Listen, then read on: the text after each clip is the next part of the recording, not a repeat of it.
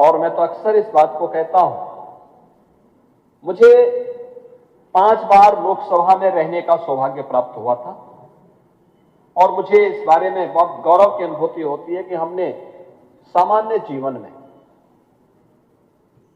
सरकार की गतिविधियों, आपसी व्यवहार और कैसे नियम के अंतर्गत इन कार्यक्रमों को आगे बढ़ाया जा सकता है, इन सभी को देश की संसद के अंदर सीखा है, जाना है। और मैं अक्सर कहता हूं कि जो भी विधानसभा या विधान परिषद केवल संसद के नियमों को, परिनियमों को एक बार अवलोकन कर लें, उसका प्रशिक्षण ले लें, उसको अपनी विधानसभा को संचालित करने में बहुत कठिनाई नहीं होगी और बहुत आसान भी होगी।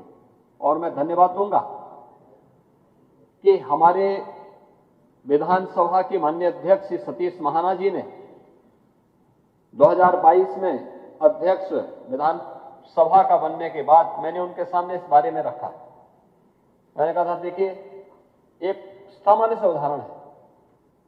मैंने कहा, देखिए, हमारे यहां क्वेश्चन आवर में स्टार्ट क्वेश्चन 20 होते हैं, लेकिन पता लगता है कि ये सवा घंटे, 1 घंटा 20 मिनट का जो क्वेश्चन आवर होता है, इसमें केवल 2 से 3 सदस्य ही बोल पाते हैं। वो एक एक व्यक्ति 15-15, 20-20 सप्लीमेंट्री, और फिर उसमें भी ऐसे ऐसे प्रश्न करते हैं, तो जैसे प्रश्न होते हैं वैसे उत्तर भी आते रहते हैं। क्या ये हो सकता है कि हम इसको संसद की तर्ज पर आगे बढ़ाएं? देखिए, हमारे लिए प्रेरणा कोई और नहीं था, हमारे लिए प्रेरणा संसद थी, और उन्होंने तत्काल उसमें संशोधन प्रारंभ किए, यहां की नियमावली में परिवर्तन किए।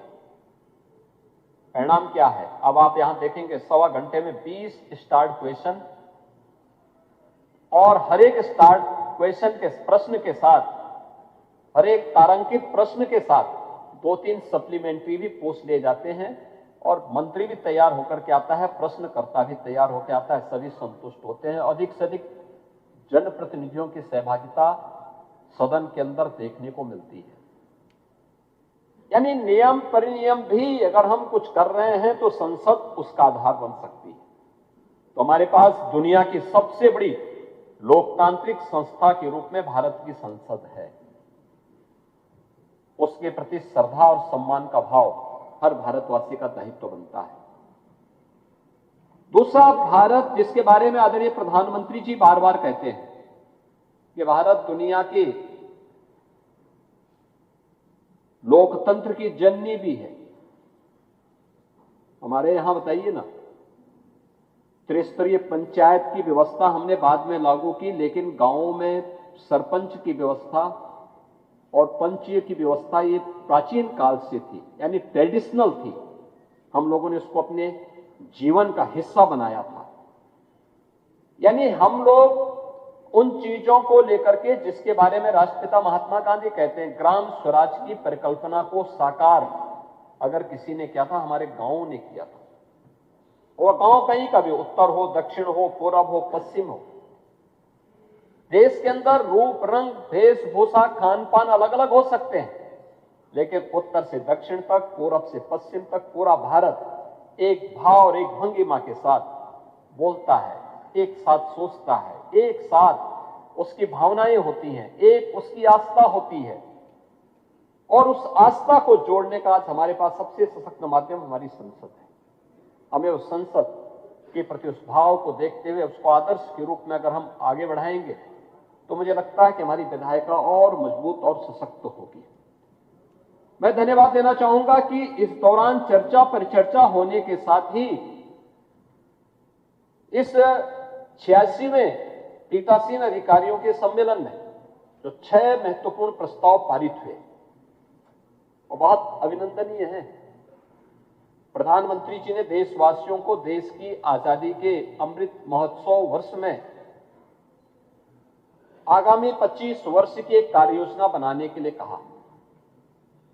विजन 2047 विकसित भारत, और विकसित भारत की उस परिकल्पना को आज यहां पर भी पारित करते हुए एक संकल्प के साथ हम आगे बढ़े हैं।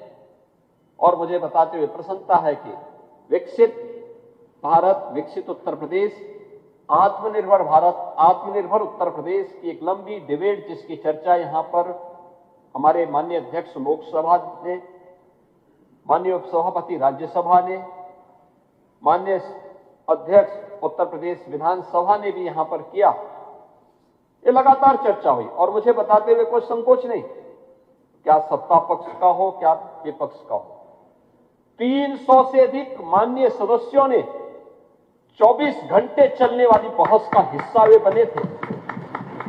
मैं रात्रि को यानी चर्चा का शुभारंभ करने के बाद कुछ देर में बैठा रहा, फिर मैं अपने अन्य कार्यों के साथ कुछ देर अपने ऑफिस में बैठा रहा, फिर कुछ अन्य मेरी मीटिंग्स थी उसमें भी गया।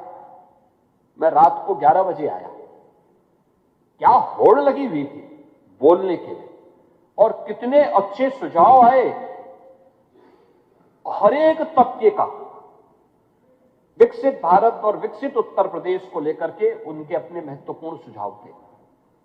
और मेरा यह मानना है कि हम किसी व्यक्ति की क्वालिफिकेशन से नहीं, उसके अनुभव का लाभ इस सदन के माध्यम से जब लेते हैं तो हमारे लिए बहुत प्रभावी होता है, बहुत महत्वपूर्ण होता है। उत्तर प्रदेश की इस विधानसभा ने, विधान परिषद ने लगातार इसमें चर्चा चलाई, दिन हो रात्रि हो, लगातार ये चर्चा चलती रही।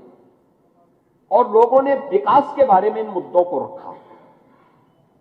विकसित भारत के लक्ष्य को प्राप्त करने के लिए हमारी क्या जवाबदेही होनी चाहिए, ये केवल भारत सरकार का काम नहीं है, ये केवल प्रधानमंत्री जी का ही काम नहीं है। हम भी इस अभियान के सारथी बन सकते हैं, हम भी उसके सिपाही बन सकते हैं। और उस अभियान के साथ जुड़कर चर्चा हुई और मुझे बहुत अच्छा लगा कि पीठासीन अधिकारियों के इस सम्मेलन में भी इस प्रस्ताव को पारित करते हुए प्रभावी ढंग से इसको आगे बढ़ाने के लक्ष्य के साथ विकसित भारत की परिकल्पना को साकार बनाने की दिशा में किए गए प्रयासों को एक सार्थक गति प्रदान की है। हमारी विधायिका के सिटिंग के बारे में देखिए, अब तो यूपी में तो कोई दिक्कत नहीं है, यहां हमारी सदन की कार्रवाई बहुत स्मूथली चलती है, बहुत अच्छे ढंग से चल रही है।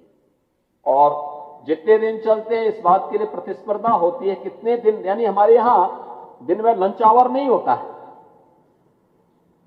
संसद में दिन में 1 घंटे के लिए लंच आवर होता है, लेकिन यहां तो जब एक बार 11 बजे शुरू होती है तब फिर वो 5 बजे, 6 बजे, 7 बजे, 8 बजे, 10 बजे तक चलती रहती है। जिसको लेना होगा कैंटीन में उनके लिए भोजन की व्यवस्था बहुत होता है। तो यहां चेयर से एक बार संसदीय कार्य मंत्री को बोल दिया जाता है कि भाई देखो, सदस्य यहां दिन भर बोलेंगे, आप उनके लिए कैंटीन में भोजन की व्यवस्था करवा दीजिए। वे लोग जाते हैं, जिसको भोजन लेना होगा लेंगे, जिसको अपना टिफिन लेके आना हो तो अपना लेके भी आता है। और लोग अपना दिन भर उस चर्चा का विषय उसको बनाते हैं और सीटिंग अच्छी होती है। लेकिन अच्छा हुआ प्रस्ताव यहां पे पारित हुआ है कि वर्ष में कम से कम 30 सीटिंग होनी ही चाहिए। यह भी एक बहुत अभिनंदनीय प्रयास है और इसका स्वागत किया गया है, क्योंकि यह एक प्रेरणा है। ये केवल हमारी संसद और विधानसभा के लिए ही नहीं है, हमारी लोकतांत्रिक संस्थाओं के लिए, अन्य संस्थाओं के लिए, नगर निकायों के लिए, ग्राम पंचायतों के लिए, जिला पंचायतों के लिए, हमारे क्षेत्र पंचायतों के लिए भी एक नई प्रेरणा है, एक नई प्रेरणा है। टेक्नोलॉजी के इस युग में हम अपने आप को पीछे नहीं छोड़ सकते। यहां से जब सरकार के सामने आया कि ई विधान होना है, पार्लियामेंट का भी आग्रह था कि ई विधान होना है, हमने कहा इसमें देर नहीं करनी चाहिए, एकदम लागू करिए। और मैं धन्यवाद दूंगा माननीय अध्यक्ष जी को कि वो स्वयं आए थे उसके उद्घाटन में। और यहां पर ई विधान के रूप में उत्तर प्रदेश विधानसभा ने भी और उत्तर प्रदेश विधान परिषद ने भी आज इसको क्या पेपरलेस विधानसभा के रूप में ही नहीं, अब यूपी में पेपरलेस कैबिनेट भी है, पेपरलेस बजट भी है, पेपरलेस सब कुछ भी है। और सदस्य खुश, बहुत अच्छे ढंग से वो लोग इसको उन्होंने अप्रिशिएट किया। शुरू में थोड़ा उनको दिक्कत थी, लेकिन अब लोग आते हैं, आसानी से पूरी प्रक्रिया के साथ जुड़ते हैं। आप सोचो ना, कितनी हमने कागज की बचत की है। कितनी वनस्पतियों को हमने काटने से रोका है, प्रकृति का भी और पर्यावरण का भी संरक्षण किस रूप में किया है। ऐसे टेक्नोलॉजी से हमारा जनप्रतिनिधि भी अपडेट हो, इस मुद्दे पर भी यहां पे चर्चा हुई है और उसके लिए भी उनके उचित प्रशिक्षण की व्यवस्था। ऐसे जो 6 महत्वपूर्ण प्रस्ताव हैं, ये अत्यंत महत्वपूर्ण हैं और मैं इसके लिए आप सभी यानी माननीय अध्यक्ष लोकसभा जी का, माननीय उपसभापति राज्यसभा का, आप सभी माननीय पीठासीन अधिकारियों का इस बात के लिए हृदय से अभिनंदन करूंगा कि यह एक नई प्रेरणा है और इस प्रकार की प्रेरणा समाज को आगे बढ़ने के लिए, हमारी हर उस लोकतांत्रिक संस्था को आगे बढ़ने के लिए एक नया प्रेरणा और प्रकाश होती है, जो भी जनता के द्वारा चुने गए जनप्रतिनिधि के रूप में विकास की एक धुरी बनते हैं। उस दिशा में एक नया प्रयास है। उत्तर प्रदेश विधानसभा देश के अंदर से जुड़ी हुई उन ज्वलंत मुद्दों को लेकर के अपनी अनवरत चर्चा पर चर्चा को लगातार चलाती है। सस्टेनेबल डेवलपमेंट गोल्स पे भी यहां लगातार चर्चाएं हुई, लगातार 37-38 घंटे तक चर्चा होती रही और फिर उसके गोल डिसाइड हुए। उस पे मंत्री मंडल के स्तर पर उसके लिए कमेटियां गठित हुई। सरकार को उसको एग्जीक्यूशन के लिए भी अलग अलग हमारे एडिशनल चीफ सेक्रेटरीज के स्तर पर भी कमेटियां गठित हैं, जो लगातार उसे अचीव करने की दिशा में कार्य कर रहे हैं। 26 नवंबर संविधान दिवस पर भी हम मौलिक अधिकारों पर ही नहीं बल्कि अपने मूल कर्तव्यों पर भी चर्चा करें। यहां पे अनवरत चर्चा हमने विधानसभा के अंदर, विधान परिषद के अंदर इस चर्चा को भी एक अनवरत चर्चा का विषय बनाया था। अन्य ज्वलंत मुद्दों को लेकर के भी, क्योंकि जब हम यहां चर्चा करते हैं तो चर्चा केवल यहीं तक सीमित नहीं होती। चर्चा में हमारा जनप्रतिनिधि जाता है तो हम अपने विधायकों से एक बारे में कहते हैं, विधान परिषद के सदस्यों से कहते हैं कि भाई आप यहां चर्चा कर रहे हैं, ये चर्चा यहीं पे सीमित नहीं होगी, आपको इसी प्रकार की चर्चा को अपनी विधानसभा में भी करवाना है, वहां पे भी चर्चा होगी। ब्लॉक स्तर पर आप जाइए, क्षेत्र पंचायत के साथ जुड़िए, कुछ ग्राम पंचायतों के साथ जुड़िए, उन ग्राम पंचायतों में भी इन कार्यक्रमों को आपको जुड़ने का अवसर प्राप्त हो। उन लोगों को भी एक नई प्रेरणा होती है, क्योंकि हर व्यक्ति यहां आकर के देख नहीं सकता, लेकिन जब ये न्यूज़पेपर के माध्यम से, मीडिया के माध्यम से उसके पास पहुंचता तो उसको लगता है कि क्या हम भी कर सकते हैं। और हम लोगों ने जब विकसित भारत, विकसित उत्तर प्रदेश में यहां चर्चा की, अब क्या हमने कहा विजन डॉक्यूमेंट बनेगा, लेकिन विजन डॉक्यूमेंट के साथ हम पब्लिक के भी इसमें सुझाव लेंगे। पब्लिक के सुझाव के लिए कैसे इतना बड़ा अभियान चलेगा। हमने कहा हमारे लगभग यानी 500 तो हमारे जनप्रतिनिधि हैं जो विधानसभा के हैं, विधान परिषद के। इन सब के साथ ही हमने 500 इंटेलेक्चुअल को लिया। यूपी के जितने रिटायर्ड चीफ सेक्रेटरीज थे, एडिशनल चीफ सेक्रेटरीज थे, प्रिंसिपल सेक्रेटरीज थे, रिटायर्ड कुलपतिगण थे, शिक्षाविद थे, वैज्ञानिक थे, अन्य समाज के अलग अलग तबके से जुड़े हुए 500 ऐसे लोगों की हम लोगों ने कार्यशाला भी की। और कार्यशाला करने के बाद उनको हमने सेक्टर दिए, पूरे दिन भर की कार्यशाला हुई, उनको हमने लिटरेचर उपलब्ध करवाए और हमने कहा कि भाई आपको 75 जनपद है, 75 जनपदों के लिए 75 ग्रुप बनाए और सबसे कहा गया कि हर एक को 3-3 संस्थाओं में जाकर के इस मुद्दे पे यूथ को जोड़ना है, किसानों के साथ जुड़ना है, उद्यमी और व्यापारियों के साथ जुड़ना है, महिला स्वयंसेवी समूहों के साथ जुड़ना है, समाज के अलग अलग तबके के साथ जुड़ करके उनसे इस चर्चा को करना है।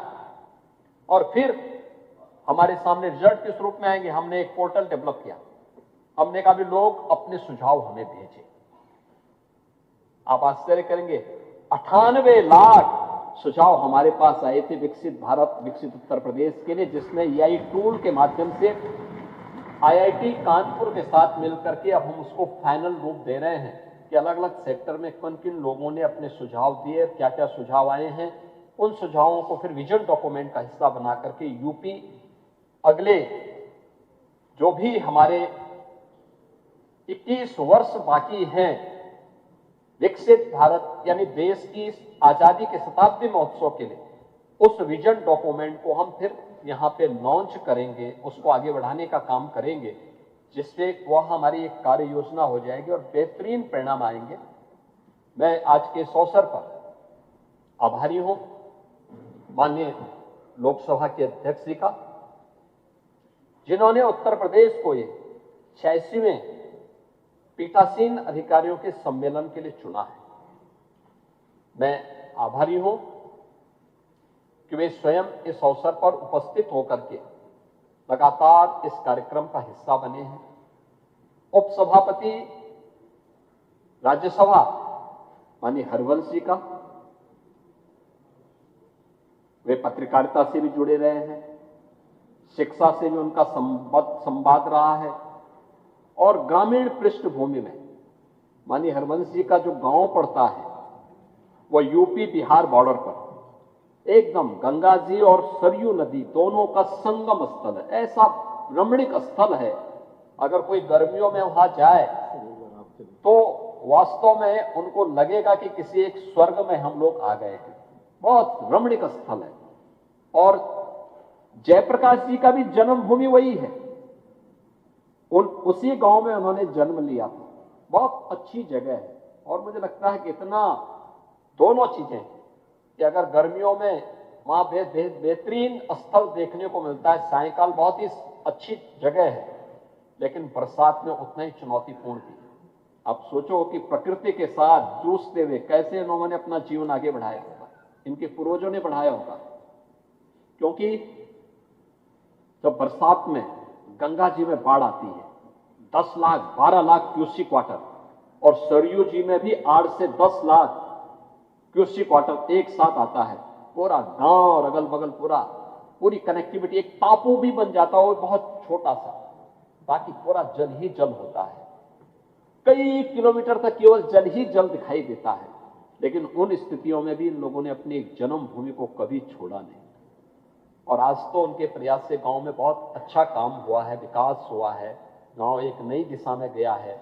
उन्होंने अपनी पैतृक प्रॉपर्टी भी गांव के विकास के लिए वहां दान की है और गांव में बेहतरीन इंफ्रास्ट्रक्चर वहां पे आज विकसित करने के लिए उन्होंने वहां पे एक नई जो प्रेरणा थी वह कार्य आज वहां पर, और जयप्रकाश जी की स्मृति को भी जीवंत किया है उस गांव में। नहीं तो लोग भूल से गए थे, लेकिन वो गांव आज उस रूप में जीवंतता का एक उदाहरण बना है। तो उनका मार्गदर्शन समय समय पर उत्तर प्रदेश को प्राप्त होता है। आज उस पिछले 3 दिनों से उनका सानिध्य यहां प्राप्त हो रहा है। मैं हृदय से उनका आभार व्यक्त करता हूं। आप सभी पीठासीन अधिकारियों का, जिन्होंने उत्तर प्रदेश में आ पाए। उद्घाटन सत्र में मुझे रहना था और मैं एक दिन पहले तक था, लेकिन अचानक हम लोगों को दिल्ली कार्यक्रम में, एक महत्वपूर्ण कार्यक्रम में जाना पड़ा और कल जैसे ही वहां से छुट्टी मिली मैं सीधे वापस आया और रात्रि में माननीय अध्यक्ष जी के रात्रि भोज के कार्यक्रम में आप सबसे मेरी वहां पे मुलाकात भी हुई और मुझे बहुत अच्छा लगा कि आज आप सब आपसे मुझसे एक बार और संपर्क और संवाद का अवसर प्राप्त हुआ है। और मैं जरूर इस बारे में हम लोग प्रयास करेंगे कि इस पीठासीन अधिकारियों के सम्मेलन के अवसर पर जो भी कार्य योजना बनेगी, उत्तर प्रदेश सरकार का उसमें भरपूर सहयोग मिलेगा। उसको आगे बढ़ाने में हम पूरा उसका सम्मान भी करेंगे और उसको प्रभावी ढंग से लागू करेंगे। वैसे भी हमारे यहां पे यानी पीठ का और सरकार का जो अप्रोच होता है वह हमेशा प्रोएक्टिव होता है, रिएक्टिव नहीं होता है। ऐसा नहीं होता है कि ऐसी नौबत नहीं आती है कि सरकार ने नहीं किया तो हम सरकार को घेर देंगे, या फिर ऐसा नहीं होता है कि अगर पीठ ने कभी विपक्ष को मौका ज्यादा दे दिया है तो सरकार भी रिएक्टिव नहीं होती, प्रोएक्टिव होती है। क्योंकि ये पीठ का दायित्व तो बनता है कि वो दोनों में संतुलन बनाए और संतुलन बनाने का काम करते हैं। और हम भी मानते हैं कि भाई देखो, ये पीठ का दायित्व है, पीठ अपना दायित्व निर्वहन कर रही है। हमारा दायित्व है कि ये काम जो हो रहा है हमारे लिए हो रहा है, इसलिए हमें इसको और पॉजिटिव तरीके से आगे बढ़ाना, तो प्रोएक्टिव तरीके से हमारे दोनों पीठासीन अधिकारी, यहाँ के हमारे माननीय अध्यक्ष विधानसभा भी और माननीय सभापति विधान परिषद भी लगातार इस दिशा में आगे बढ़ाते हैं। और मुझे अच्छा लगा कि मैं अक्सर सुनता हूं, क्योंकि हमारे विधानसभा के अध्यक्ष जी भी और विधान परिषद के सभापति जी भी देश के अंदर भी और दुनिया के अंदर जहां कहीं भी पीठासीन अधिकारियों से जुड़े हुए सम्मेलन होते हैं तो इनका विजिट लगातार होता रहता है, बताते हैं कि वहां ये हुआ, वहां इन मुद्दों पे चर्चा हुई। हमें अच्छा लगता है कि केवल सदन की कार्रवाई तक हम सीमित नहीं हैं, उसके बाद भी सीखो और सिखाओ का एक मंच यह सम्मेलन हमारे लिए मिलता है, क्योंकि बहुत सारे विधानसभाओं ने या संसद ने कुछ नया किया है, वो हमें जानने और सीखने का एक मंच मिलता है। ये सचमुच एक नया उदाहरण है, एक नई प्रेरणा है। मैं इस अवसर पर एक बार फिर से आप सभी का हृदय से आभार व्यक्त करते हुए आप सबके प्रति अपनी मंगलमय शुभकामनाएं भी देता हूं और विश्वास करता हूं कि आगे भी उत्तर प्रदेश को जो भी दायित्व दिया जाएगा, उत्तर प्रदेश इसको बहुत प्रभावी ढंग से आगे बढ़ाने का कार्य करेगा। आप सबका मैं एक बार फिर से हृदय से अभिनंदन करता हूं। धन्यवाद। जय हिंद। बहुत बहुत धन्यवाद माननीय मुख्यमंत्री महोदय। पिछले 3 दिनों से मैं धन्यवाद ज्ञापन के लिए उत्तर प्रदेश विधान परिषद के माननीय विधायी कार्यों से जुड़े हुए इस महत्वपूर्ण सम्मेलन का साक्षी बन रहा है। इस आयोजन के साथ जो लोग प्रत्यक्ष रूप से जुड़े